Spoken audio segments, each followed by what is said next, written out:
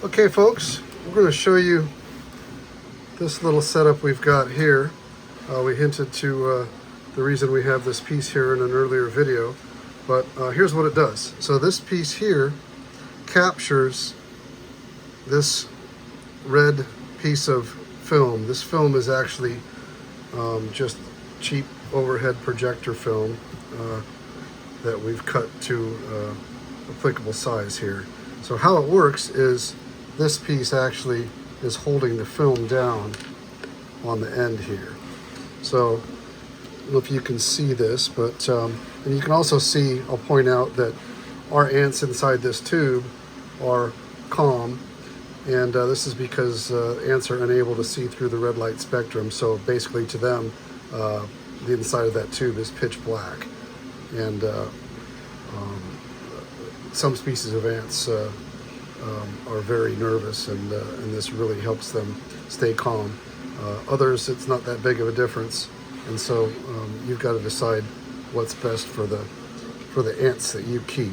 Now, when you're not using our TubeTowns in a rack system, if you have this on a table, this area is going to be exposed all the time, and some species of ants will just really stress out like that. So this gives them a daylight area to come out and forage and feed, and then a secure tube to go back into, and then you know, using a small gate size here, they just have a small opening that they go in and out of, so it does stay quite dark inside the tube. So if you're using one of our rack systems, then this still can be beneficial, because even though the whole rack is in the dark, when you pull them out for inspection, you're blasting them with light, and this will keep them a lot calmer when you pull them out. The downside to this is that you can't see as much when you're trying to inspect the ants. It's hard to see the eggs and stuff, so you can take the film in and out very easily for inspection, but in the rack system, it may or may not be worth it to do this. It just depends on the species you're working with. So here we go. So this piece comes off, and the way this film is cut is, I don't know if you can see, I'm trying to do this all by myself. So right here we have a little gap in the film, and then over here you can see that the film comes out just to the edge here. So when we're putting this film in, we're pushing it over here, which locks this end of it in, and then when we put this cap on, it's locking the end of the film and capturing it in place. So in order to remove it, we're going to slide it to the right so that our film is all the way on the edge here, and then we simply unroll this and pull it out. And you're going to see the ants are immediately kind of trying to figure out what's going on and freaking out a little bit. So anyway, this piece of film is just a clear piece of red plastic that I just cut out to the right size out of overhead projector film. And so in order to put it in, we're going to just do the reverse.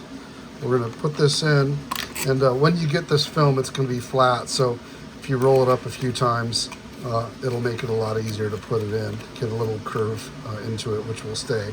So we're just going to put this in all the way to the right, put it in, push it through, and it's going to come up, and you want to make it long enough that they can overlap.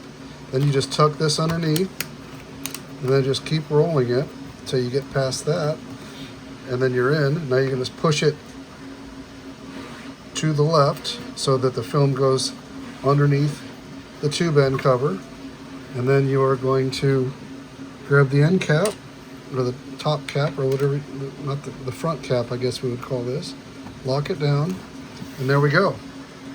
It's held in place, and that's as simple as that. So that's a great way to be able to have a nice dark area for the ants, and if you need to inspect it, you can quickly just pop it out and then put it back when you're done checking on the ants. So yeah, that's it. That is the TubeTown, I don't know what we're going to call that, but it's the tube cover, I guess you would say. And you can see these guys are These guys have been set up in here for a few weeks. This is Camponotus festinatus. You can see, I'm sorry guys. These are the cool little Nimbot labels. And I keep information on here. This is what I do. I put the date that they were collected, where I got them from, and what I started with. So I started with 1 queen and no eggs. And then this actual QR code goes right to the Atlantis.com webpage for the species, so I can look up any information I need to, or if someone is selling ants in the tube towns, then when someone gets their ants and gets them home, they can scan this QR code that the seller puts onto the front, and it'll go to their page, their care page, or their website, or whatever. So that slides back in there. Yeah, that's it.